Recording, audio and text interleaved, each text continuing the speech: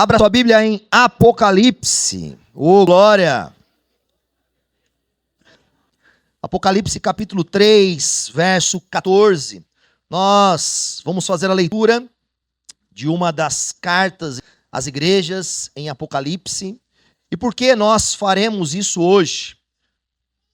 Porque nós vamos continuar o nosso tema, onde vamos lidar com um pouco da história da igreja. E eu quero ler por vocês uma carta escrita por Jesus, enviada a uma igreja que existiu na região da Turquia, que viveu possivelmente aí nesse primeiro século, do segundo século. Essa igreja é uma igreja física, uma igreja real, mas as cartas de Apocalipse também são imagens para que a igreja nossa, ou a igreja do futuro, possa sempre se atentar e não cair nos erros e equívocos que aquelas igrejas, por exemplo, caíram ao ponto de Jesus escrever cartas às igrejas, exortando elas acerca disso. Obviamente que hoje não será uma pregação expositiva, eu não vou tratar com tanto detalhe o texto ali em Apocalipse, mas eu quero usá-lo como uma referência para que a gente possa também enxergar um período da igreja. Nesse tema, hoje é a terceira semana, nós estamos tratando um pouquinho da igreja cristã na história. Nossa primeira mensagem, 2 semanas atrás, nós falamos especificamente sobre o período dos mártires, sobre os primeiros séculos, 3 séculos do cristianismo, e como irmãos nossos na fé se dedicaram a, se necessário, entregar a vida pelo nome de Jesus. O grande dilema daqueles 3 primeiros séculos era o Império Romano, que perseguia o povo cristão. E nós entendemos um pouquinho como eram essas perseguições e como esses nossos primeiros irmãos reagiram a isso. Na semana passada, nós falamos de um outro dilema vivido pela igreja, que foi os falsos ensinos e os falsos mestres. Também pegamos um recorte de tempo dos primeiros séculos, das primeiras heresias, das seitas que surgiram, e como os nossos irmãos reagiram e responderam a esse momento. Hoje, especificamente, nós vamos fazer um recorte mais longo. Nós vamos olhar a igreja cristã desde esse período do século V até o início da Reforma Protestante, que nós trataremos semana que vem. Qual é o desejo com isso? O desejo com isso é que você possa ter uma visão panorâmica e histórica. Quais foram as lutas que a igreja passou e como a igreja respondeu a isso na história. Beleza? E lendo o texto de Apocalipse, talvez já vai ficar um pouco mais claro quais foram as lutas dessa igreja nesse período. Apocalipse capítulo 3, verso 14, diz assim para nós: Ao anjo da igreja em Laodiceia, escreva: Estas são as palavras do Amém, a testemunha fiel e verdadeira, o soberano da criação de Deus. Conheço as suas obras. Sei que você não é frio nem quente. Melhor seria que fosse frio ou quente. Assim, porque você é morno, não é frio nem quente, estou a ponto de vomitá-lo da minha boca. Você diz: estou rico, adquiri riquezas e não preciso de nada. Não reconhece, porém, que é miserável, digno de compaixão, pobre, cego e que está nu. Dou-lhe este conselho: compre de mim ouro refinado no fogo, e você se tornará rico. Compre roupas brancas e vista-se para cobrir a sua vergonhosa nudez. E compre colírio para ungir os seus olhos e poder enxergar. Repreendo e disciplino aqueles que eu amo.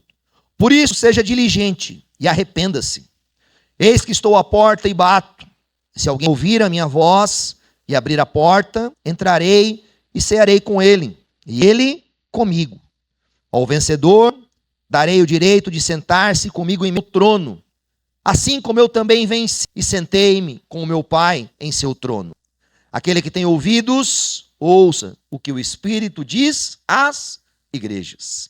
Vamos começar a entender um pouquinho aqui. Quero fazer uma breve ilustração do texto de Apocalipse.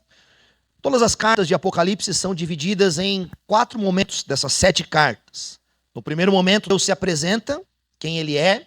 Na sua apresentação, na maioria das vezes, ele já está ilustrando algumas referências que têm a ver com a igreja que ele está enviando a carta. Então Deus apresenta características do seu caráter, que fala quem ele é e demonstra o que ele quer daquelas igrejas, ok? Segundo ponto, Deus faz elogios e Deus faz exortações às igrejas.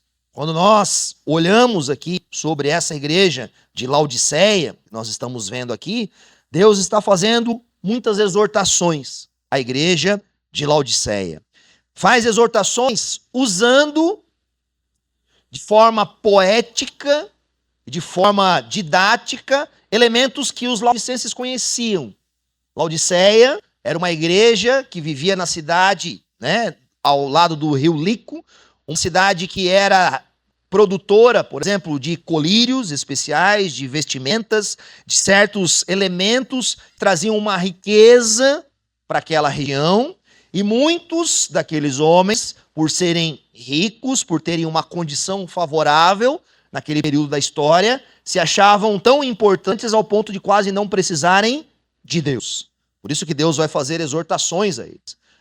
Terceiro ponto, Deus vai dizer o que deseja deles. Vai chamá-los a um arrependimento. Olha, se vocês não fizerem isso, vai acontecer isso e isso com vocês. E por fim, promessas. Aqueles que se arrependerem, ao vencedor, eu darei isso, isso, aquilo. Essa é a divisão das cartas de Apocalipse. Deus se apresenta, Deus exorta, ou de alguma forma os elogia, Deus chama eles ao arrependimento e Deus dá promessas a eles. Beleza? Esse é o ponto. Essa é a estrutura. A igreja de Laodiceia era uma igreja que, por fato de ser abastada, serem ricos, adquirirem riquezas, achavam que não precisavam de nada e estavam se afastando da verdade do evangelho. Estavam se tornando uma igreja que naturalmente não mais se transparecia com o corpo de Cristo, com a imagem visível da igreja. Por isso que Deus chama eles ao arrependimento, para que eles comprem vestes novas, para que eles comprem colírios, para que eles tampem a nudez deles, porque visivelmente aquela igreja, aos olhos de Deus, já não mais parecia uma igreja. E Deus chama eles ao arrependimento, dizendo, olha, eu estou à porta. É interessante, porque é uma igreja que Jesus estava fora. Eu estou aqui querendo entrar. Eu estou aqui querendo participar dessa relação de comunhão com vocês, edificá-los, conduzi-los, mas é como se a própria igreja, através dos seus desejos mundanos, de autossuficiência, vivessem como se não precisassem do Senhor. Esse é o retrato da igreja de Laodiceia. Então Deus faz essa exortação a eles, para que eles ouvissem a voz, porque ele desejava entrar e ceiar com eles, e Deus dá as promessas, e essas promessas aqui, em certa medida, são muito similares ao que eles viviam. Eles viviam um ambiente como se tivessem o trono, como se tivessem riqueza, mas no fim não tinham. Eles achavam que era uma coisa, mas eles eram pobres. E Deus então dá promessas, olha, o que vocês acham que vive, é uma mentira, vocês estão vivendo enganados diante disso. Mas se vocês abrirem, eu entrarei, e aí então num dia vocês vão ver o que realmente é um reino, o que realmente é um trono, o que realmente é um ambiente que vocês supostamente criaram, mas não vivem. Amém? Essa é a estrutura do texto. E por que estou lendo esse texto? Porque esse texto, em certa medida, traz uma simbologia de como foi a igreja no período medieval. De como a igreja se vestiu de riquezas, de poder, não era fria nem quente, achava que tinha de tudo, mas não tinha o Cristo. Não tinha o Cristo palpável na relação de piedade e vida dessa igreja. E como isso acontece? Como isso é demonstrado na história? Na semana passada nós falamos um pouquinho sobre a visão de o imperador Constantino, onde ele tem um sonho e ele vê o símbolo da cruz e ele escuta uma voz sobre esse símbolo você vencerá. Ele estava numa batalha, então ele manda fazer o emblema nos escudos dos soldados, ele vence a batalha, ele coloca um edito, o cristianismo se torna livre. no império. Constantino começa a promover a igreja cristã. Ele constrói basílicas, aliás, a Basílica de São Pedro, que nós conhecemos hoje no Vaticano, obviamente que ela foi reconstruída algumas vezes, mas a primeira Basílica de São Pedro foi construída por Constantino. Ele começa a ajudar a igreja, começa a promover o crescimento da igreja, e isso, em certa medida, é muito bom. A igreja vivia perseguida, vivia maltratada. Ele traz o seu primeiro concílio, que nós vimos semana passada. O primeiro concílio é uma imagem magnífica. São cerca de 300 e poucos bispos, que são autoridades das cidades, e é a primeira vez que eles se encontram. Eles recebem cartas do imperador, e eles então viajam até Nicéia, que é a cidade veraneio do imperador. O imperador recebe os bispos da igreja com honra, com um banquete. O Eusébio de Cesareia, o historiador que estava lá, ele fala que muitos desses homens chegaram lá sem olho, sem braço, sem perna, sem mão. Muitos deles foram aqueles homens que foram maltratados durante o período da grande perseguição de alguns anos atrás.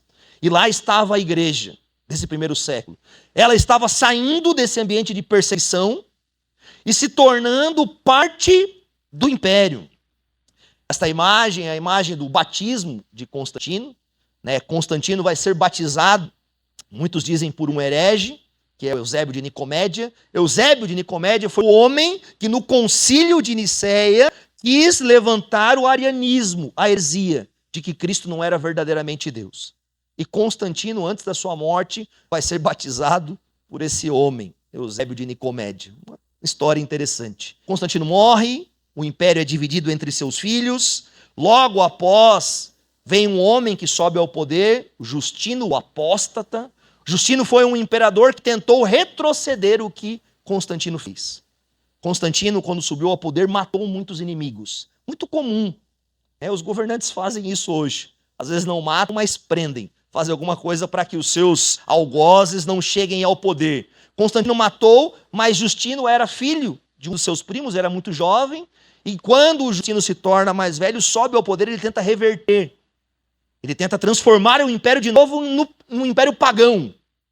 Mas já haviam tantos cristãos dentro do império, tantos crentes, que eles ridicularizaram o Justino. Logo ele morreu e subiu ao trono um homem conhecido como Teodósio I. Teodósio I é o homem que no ano 380 depois de Cristo cria uma lei em que transforma o cristianismo na religião oficial do império. Que maravilha!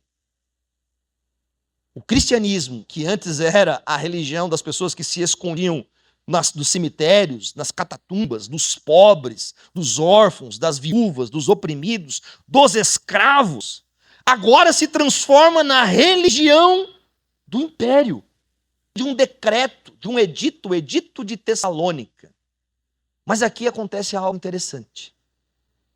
Se antes a entrada na igreja era por meio do arrependimento, da conversão, do perdão de pecados, de um entendimento clássico da sua natureza pecaminosa, agora a entrada à igreja se deu por uma outra porta. Não mais pela porta estreita, mas pela porta larga. Agora, ser parte da igreja era honra. Imagina só, agora quem frequentava a igreja? O imperador. Os senadores de Roma, a elite, todas elas se tornaram cristãs. Naturalmente, a gente pode olhar e saber, será que muitos se converteram ou não? Mas grande parte não. Por quê? Porque a religião cristã foi imposta. O perseguido se tornou perseguidor. A igreja que antes morria, agora ela começou a perseguir as outras religiões pagãs. E, num determinado momento, a igreja se veste com a roupa do Império Romano.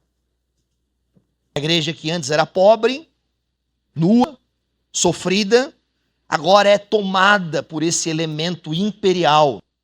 E aqui nós temos um elemento importante para nós. Algumas pessoas vão olhar para esse período da história e, obviamente, existem coisas boas, não temos dúvida disso. Mas outras pessoas, inclusive pessoas na época, vão começar a duvidar disso. Vão começar a olhar para essa relação de igreja e Estado, de riqueza, de poder, de domínio, como algo contrário ao cristianismo.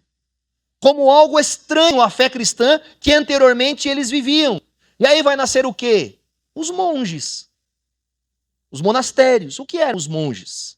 No primeiro momento, eram cristãos genuínos dentro da igreja que olharam para aquela relação igreja e Estado e falaram, isso não está legal. Está muito corrupto.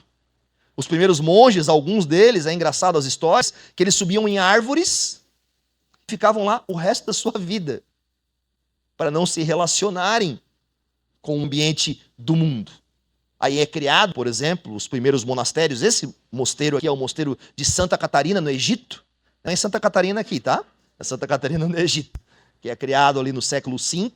Então, muitas pessoas, há uma migração para os desertos. Aliás, muitos dos nossos pais da igreja vivem no deserto. Vão para lá. Vão escrever livros, vão escrever tratados, vão orar, vão jejuar, vão criar ambientes monásticos. Estima-se, por exemplo, que havia migração, às vezes, em massa, de 20, 30 mil pessoas que fugiam do clericalismo imperial para um lugar de isolamento, um lugar de oração. Viviam as suas vidas lá até o fim. A igreja está, em certa medida, dividida. Isso é muito comum. Né? Eu vou fazer muitas aplicações hoje mais no final, mas é muito comum. Uma parte da igreja está usando a igreja para benefício próprio, para crescimento, para honra, para poder. E uma outra parte deseja o Cristo ressurreto, deseja uma piedade, uma vida de plenitude. E é isso, a igreja está assim. Até que acontece o período onde que Roma, o grande império romano do Ocidente, cai. Roma, nesses últimos períodos do século IV, ela começou a trazer para dentro do seu império, do seu exército, muitos bárbaros. O cristianismo não acontece só, ok? Só no império. Até o século V, a maioria dos povos, mesmo ao redor do império, nas regiões fora do império, se convertem também. Então há uma migração de pessoas para dentro do império, de outros povos, e há uma grande mistura, até que muitos povos começam a invadir as províncias imperiais. E até que no ano 455 depois de Cristo, Roma, a grande cidade romana, é tomada pelos bárbaros. É incendiada, é saqueada. Mas esses bárbaros são cristãos. E muitos desses bárbaros consideram-se romanos. As nossas línguas hoje, português, espanhol e outras línguas latinas, são provenientes desse período da história. Porque esses homens que vêm com outras línguas, eles querem ter a roupagem romana. E vai nascer várias outras línguas nesse período, essa mistura de línguas latinas nesse momento. E lá está a igreja, no meio dessa bagunça, dessa crise. Dentro disso há um homem, um bispo de Roma. Nesse momento ele não é o Papa, ele é um bispo de Roma, Leão, que está lá. E ele, dentro desse período, é um homem que auxilia não só a igreja, auxilia a cidade. Por quê? Porque aqui é um vácuo de poder. O imperador foi destituído. Não tem mais governo estabelecido. A quem as pessoas vão seguir? Qual vai ser a influência das pessoas? Quem vai ajudá-las a saber como será o amanhã, como serão as coisas? E quem se posiciona nesse momento específico da história? Os bispos. O grande bispo de Roma, Leão Magno. É engraçado, sempre como tem um Papa Leão no poder, né? Ficar de olho, sempre acontecem coisas estranhas. Leão está lá. E ele vai negociar com os bárbaros, ele vai construir lugares para os pobres, ele vai reedificar Roma, ele vai construir vários elementos de auxílio à pobreza naquele período. Ele era um monge, que é estabelecido pela igreja e se torna uma influência dentro da igreja. E você tem ali no final do ano 500 até o ano 600 esse ambiente em que o grande império, na parte ocidental, ok? Na parte de Roma, na parte ocidental, está em ruínas, e estes bispos são proeminência nesse ambiente. Até que surge o grande Gregório. Gregório é conhecido como talvez o primeiro Papa mundial. Gregório, ele, nessa mesma categoria, ele ajuda o império. Uma frase dele que é interessante, ele diz: eu nem sei se meu cargo é de pastor ou de príncipe temporal. Tenho de ocupar-me de todas as coisas, até mesmo da defesa do pagamento dos soldados. O bispo, que antes era uma figura eclesiástica, agora ele se torna uma figura imperial. Agora ele está servindo. Mas esse cara era um digno, um homem honrado. Aliás, João Calvino, quando fala sobre ele, fala que Gregório o Grande foi o último bom papa. Foi o primeiro e último, Calvino estava dizendo. Foi um homem que construiu, que edificou, que ajudou, que enviou, por exemplo, lá para a Inglaterra, missionários. Hoje nós temos lá o chamado arcebispo da Cantuária, que é o líder da igreja anglicana, foi enviado nesse período da história. Ele expandiu, ele criou monastérios, ele enviou pessoas, ele edificou. A igreja se unificou naquele período. Você já não tinha mais um império. Você tinha vários impérios. Depois onde que hoje é a França, o Império Germânico. Você tinha vários impérios em que o Papa era essa figura de referência entre eles. Todos ouviam, todos procuravam, todos relacionavam-se. A igreja teve uma boa relação, não só mais com um império, mas com as nações imperiais, de toda a Europa, de toda a região. E dentro disso, acontecem circunstâncias estranhas. E talvez uma delas, que a gente não associa à igreja cristã, mas deveríamos fazer, é o surgimento do islamismo. Maomé nasce do ano 570, na cidade de Meca. Meca fica na Arábia Saudita, né? Depois você pode ir lá no mapa, olhar. Um pouco depois da sua vida, ele era um pastor de ovelhas, ele é um persa. Ele tinha um tio que é crente, ele era um coraíta. Ele tinha pessoas próximas à sua família que eram judeus, que eram cristãos. E um dia ele está numa das cavernas lá, ele tem uma visão do anjo Gabriel, que vai dizer para ele que os profetas anteriores e os apóstolos haviam corrompido a mensagem verdadeira de Deus, e ele vai receber a mensagem verdadeira de Deus, do verdadeiro Deus. E aí ele começa, então, ali, primeiramente na sua cidade, em Meca, a pregar, a ensinar. Ele não é aceito, ele é expulso, e aí ele vai no ano 622 para Medina. Os muçulmanos, né, até hoje contam o calendário muçulmano a partir do ano 622, de quando ele chega em Medina. E ali começa-se um império a surgir. Ele deixa de ser apenas um profeta, torna-se um homem militar, e eles começam a tomar províncias, começam a tomar cidades. Para você ter uma ideia do período que aconteceu, essas imagens aqui, mais escuro, outro, são as cidades que eles vão tomando. Meus irmãos, eles saem da Arábia Saudita, eles tomam toda a Ásia Menor, onde tinha Jerusalém, Antioquia, as cidades, eles vêm para a região do norte da África, vão tomando todo o norte da África, até que eles chegam na Europa. Essa parte aqui da Europa, lá é a Espanha. Em 100 anos, o islamismo destruiu, naquele período da história, 2/3 do império que era cristão, em certa medida. E isso, imagina para a igreja, diante disso.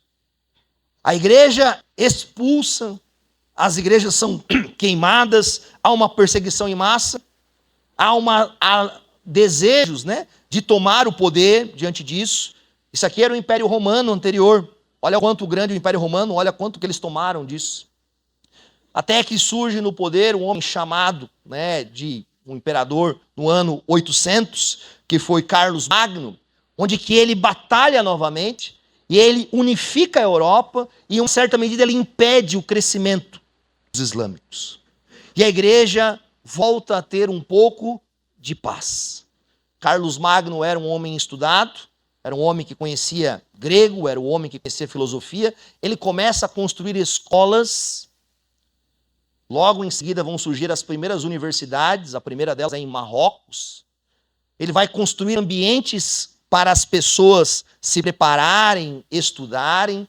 E ali logo em seguida você tem o cisma do Oriente, a divisão da igreja, Constantinopla e algo disso. Não dá para nós passar por todo o tempo, aí os dois papas, Oriente e Ocidente. Você tem as grandes cruzadas. O que são as grandes cruzadas? Os islâmicos tomaram grande parte. Agora o Papa Urbano sobe ao poder e começa a conclamar as pessoas. Nós precisamos recuperar as terras cristãs. E saem em batalhas, os homens conduzidos, né, com as vestimentas, com a cruz. O Papa prometia a eles perdão completo dos seus pecados, indulgência plena. Eles saíam em guerra santa. A gente hoje fala, por exemplo, dos islâmicos, da jihad islâmica, que é a guerra santa em favor deles. É a mesma coisa que a igreja fez lá atrás. A igreja saiu em guerra santa. Saiu matando as pessoas e convocando elas à espada, à força. Mas essas cruzadas são um prejuízo, porque das 10 cruzadas, apenas 3 delas são bem-sucedidas, mas por pouco tempo. A igreja gasta dinheiro, gasta recurso, morre as pessoas. Aí o que a igreja precisa? Precisa de recurso, novamente. E aí vai surgir, de forma muito prolífica, as indulgências. Nós precisamos de recurso para manter este império. Nós precisamos sustentar isso. Ou seja, a igreja que deveria, de alguma forma, pregar o evangelho, auxiliar, expandir a base da compaixão, do amor, se tornou uma igreja que estava agora lutando, matando os seus inimigos, levando as pessoas a uma conversão forçada e tentando retomar o poder através das cruzadas. Isso aqui é muito importante para a gente entender a reforma protestante, tá? Que vai ser semana que vem. É nesse período que surgem as grandes universidades. Algumas delas, a primeira surge na Itália, em Bolonha, é construída no século XI. As universidades, elas começam a se tornar, nesse ambiente desequilibrado, pagão, equivocado, um ambiente onde há uma certa renascença. As pessoas vão para a faculdade, naquele período havia um curso, que era o curso de artes, e não era artes de pintura, ok? As pessoas aprendiam lá aquilo que chama-se do trivium e do quadrivium, aprendiam geometria, aprendiam cálculo, aprendiam elementos muito mais voltados para a razão, para o intelecto. E eles então eram formados, grande parte dos reformadores se formaram nessas faculdades, grande parte deles. E aqui se torna um ambiente de restaurar um pensamento perdido. Restaurar uma vida que havia ficado para trás, no meio das indulgências, no meio do papado, no meio dos enganos. E muitas dessas faculdades, Oxford, na Espanha, e outras faculdades que são estabelecidas nesse século XI, trazem consigo, além desse curso inicial, que é o curso de artes, os mestrados, que era o mestrado em teologia, o mestrado em direito e o mestrado em ciência. Nesses cursos extensivos, especialmente o curso de teologia era o curso principal. Era visto como a mãe das grandes ciências. E muitas pessoas agora estão nesses ambientes acadêmicos, relendo os clássicos, voltando os olhos para as Escrituras, reaprendendo aquilo que havia se perdido no tempo, e vão surgir então, alguns séculos depois, aquilo que nós conhecemos como os primeiros pré-reformadores. O que são esses homens? São homens que, em certa medida, viveram nesse ambiente acadêmico e aprenderam e foram tomados de algumas coisas que levaram eles a lutar contra aquela igreja, que era uma igreja estatal, imperial, sem força, sem propósito e sem Cristo. Sem Cristo. Uma igreja que expandia-se, mantia-se muito mais pelo dinheiro, pela politicagem.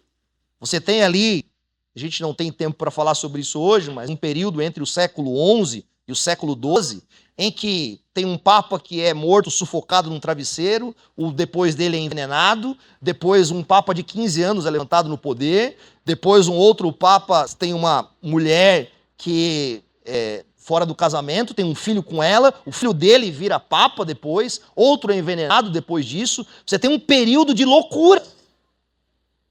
Imagina o povo cristão nessa realidade. Porque você não tinha referências, em certa medida. E aí, então, esses homens, as igrejas, as pessoas estão vivendo diante desse ambiente de promiscuidade. Desse ambiente entre que as pessoas são indicadas a cargos. Quando, lá no século VII, quando inicia realmente o papado, o que acontece lá? Sai a vestimenta dessa estrutura romana, de um imperador, de um senador, de os cônsules, procônsules, que era uma estrutura piramidal, e a igreja veste essa estrutura. Aí você tem o papa, o arcebispo, o bispo, o padre, a mesma estrutura romana. Só muda os nomes, só muda a realidade diante disso. E isso vai até o século XV. E surgem homens na história, como John Cliff, que estudou, por exemplo, na Universidade de Oxford. Ele nasce ali no século XIV. Ele olha para aquela circunstância, para aquela realidade, e ele retoma. Parece-me que talvez ele ouve as palavras de Cristo à igreja de Laodiceia. Ele abre a porta de novo para Jesus. Ele vai traduzir as Escrituras, ele vai, dentro da faculdade, do ambiente acadêmico, ser uma pessoa influente naquele período. Ele vai ir contra várias doutrinas católicas, até o ponto que ele é excomungado, e após ele ser morto, ele é excomungado de novo, ele é retirado, os seus ossos, é queimado e é espalhado sobre isso. E tentam silenciar um dos primeiros homens desta pré-reforma. Nós temos John Hus, que vive na República Tcheca. Ele também vai para a faculdade, e lá na faculdade ele tem acesso aos escritos de Wycliffe. E ele começa então uma reforma também. Ele vive onde, talvez você já ouviu, sobre os moráveis. Lembra quando o Joe Wesley chega à conversão, ele está num navio, ele se encontra com um grupo de moráveis? Para a cidade onde John Hus residia. Lá vão surgir, após Hus, os moráveis. Ele começa um ambiente de piedade, de busca. Os moráveis eram conhecidos como pessoas extremamente piedosas, de oração, íntegras, sinceras, que buscavam o Senhor, que abriam uma porta para aquele que batia. John Hus, como grande parte dos nossos amigos pré-reformadores, também foi morto. Foi queimado no dia 6 de julho de 1415. E disse a lenda que no dia que ele estava sendo queimado na fogueira, ele disse aos seus algozes: olha, hoje vocês estão queimando ou matando Hus, um ganso, mas daqui a 100 anos Deus levantará alguém que vocês não poderá parar. Que tem a ver com uma profecia, muitos creem disso, de Lutero, onde ele proferiu sobre isso. Mais à frente, e esse é o último, homem bonito, Savonarola, um italiano, um padre, que começa a pregar de forma expositiva na sua igreja, na Itália, começa a ir contra o papado, começa a se levantar contra as indulgências, começa a se levantar contra aquela realidade maligna de pessoas que vendiam O Papa oferece um cargo a ele de arcebispo. Olha que legal, né? Te dou um cargo aqui, te colocam no lugar, vamos em frente. Ele não aceita e é queimado numa fogueira de frente à sua igreja. Até hoje, lá na Itália, tem a estátua dele lá nesse ambiente. Por que é importante olharmos um pouco para esse recorte da história? Porque a igreja cristã, ela passa por esse período, que algumas pessoas vão chamar de período de trevas. A idade medieval vai terminar na Reforma Protestante. A gente não está olhando aqui a igreja do Oriente, vai ter a queda dela em 1453, quando Constantinopla é invadida pelo Império Otomano. Você tem uma queda significativa, de certa medida, daqueles poderes que sustentavam a religião, a piedade, a fé e a vida cristã. E quais que foram os grandes erros desse período? E nós deveríamos ser chamados à atenção e aprendermos um pouco com isso. E que muitas vezes hoje nós caímos, nós voltamos às mesmas práticas. O primeiro deles, um envolvimento equivocado entre igreja e Estado. Quando os dois se tornaram uma só esfera de autoridade, e ora mandava o Estado, ora mandava a igreja sobre o Estado, houve um período de declínio da espiritualidade e da fé cristã. Porque, biblicamente, essas são duas esferas de autoridades distintas, as quais devem se respeitar, mas as quais devem ter, obviamente, essa separação clara.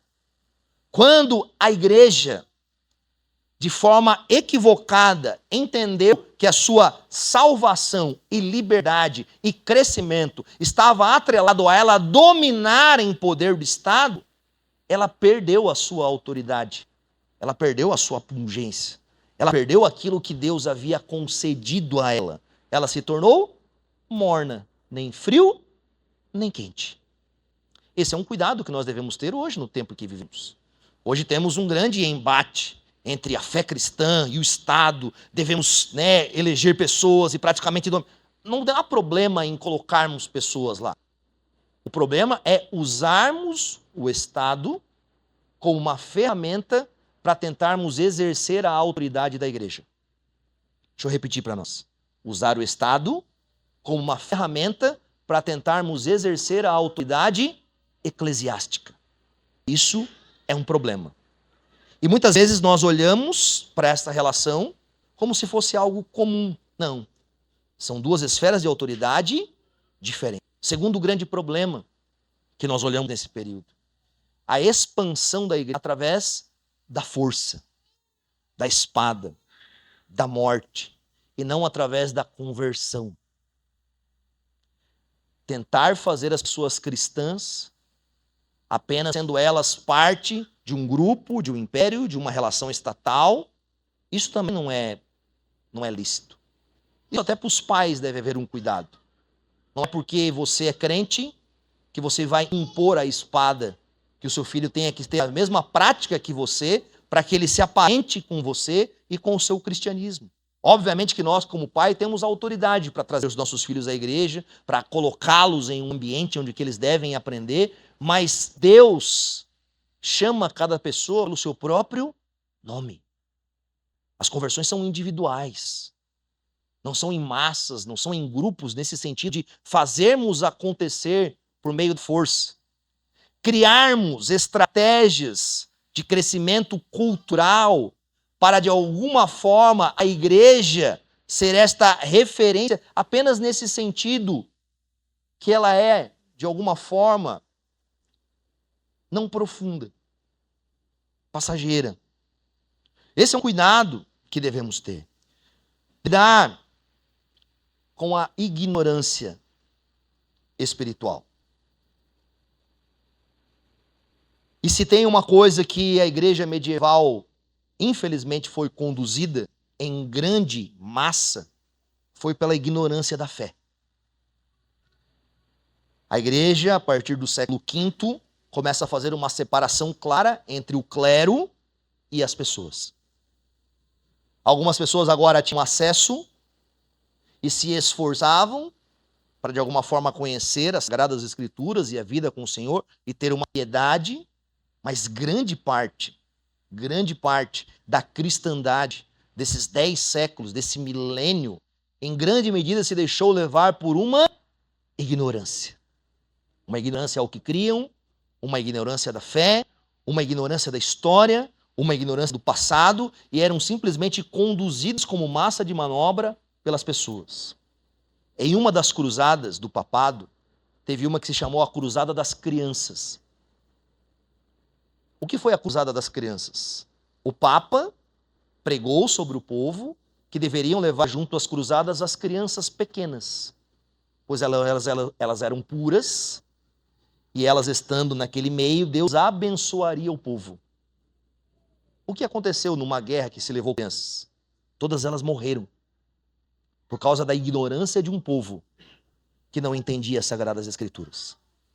Por causa de um tempo em que o povo era levado de um lado para o outro, apenas por uma espécie de cristianismo, que, como diz Jesus em Apocalipse, não tinha autoridade. Achava que era rico, mas não tinha nada. A igreja achava que tinha muito poder, mas no final ela era pobre, ela era nua, ela precisava disso. E talvez isso seja algo que a igreja do nosso século também precisa aprender. Hoje, muitas vezes se vê com maus olhos o estudo da teologia, o aprofundamento, o conhecimento da fé, o conhecimento das línguas originais, a história da igreja, essa relação. Talvez você tenha dificuldade de assistir um culto que conte história, porque você se acostumou a conhecer apenas a sua vida. E pela nossa dificuldade, por vezes, de nos aprofundar no que o Senhor está revelando acerca da história e aprendermos com isso, somos levados. Somos conduzidos, talvez não por cruzadas, mas por falsos profetas, por enganos, por bobiças lógicas. Somos tomados, por exemplo, a viver dentro de eclesiologia em que as pessoas se tornaram os donos e os patronos da fé, onde mandam e desmandam, sem nenhuma participação comunitária de relações, de decisões diante disso. E o que é isso? Muitas vezes isso é essa distância que temos de uma sadia piedade. O que aprendemos com esse recorte da era medieval? Aprendemos que, de maneira nenhuma, a igreja deve construir um império separado e isolado do povo. O povo precisa participar ativamente da vida cristã. Você sabe da história, né? Isso só foi retirado, por exemplo, no Concílio do Vaticano II. As missas eram em latim. As pessoas não ouviam na sua própria língua materna. Lutero, quando vai visitar Roma, ele falava que os padres que recitavam a missa em latim riam das pessoas que estavam na missa, porque ninguém entendia o que eles falavam. De forma escancarada e aberta diante disso. Nós somos o povo de Deus, a nação santa, povo exclusivo. Nós somos um sacerdócio real. Uma das grandes virtudes, em especial dos pré-reformadores e também da reforma, foi o resgate desta vida comum, desta vida participativa, dessa relação, dessa vida em que nós não estamos dentro de um ambiente em que não sabemos que Jesus está fora, batendo a porta. Mas estamos em um ambiente em que temos a convicção, por meio do Espírito Santo, por meio das Sagradas Escrituras, por meio de uma vida de fé que demonstre a santidade, a pureza e uma relação concreta com Deus, que Jesus está dentro. Olha as palavras de Jesus.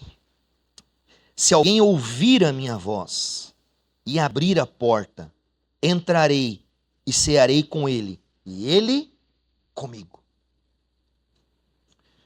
Uma das grandes crises desse recorte da igreja medieval é que muitas e muitas pessoas não tinham um relacionamento individual com Cristo, mas o seu relacionamento sempre era mediado por terceiros.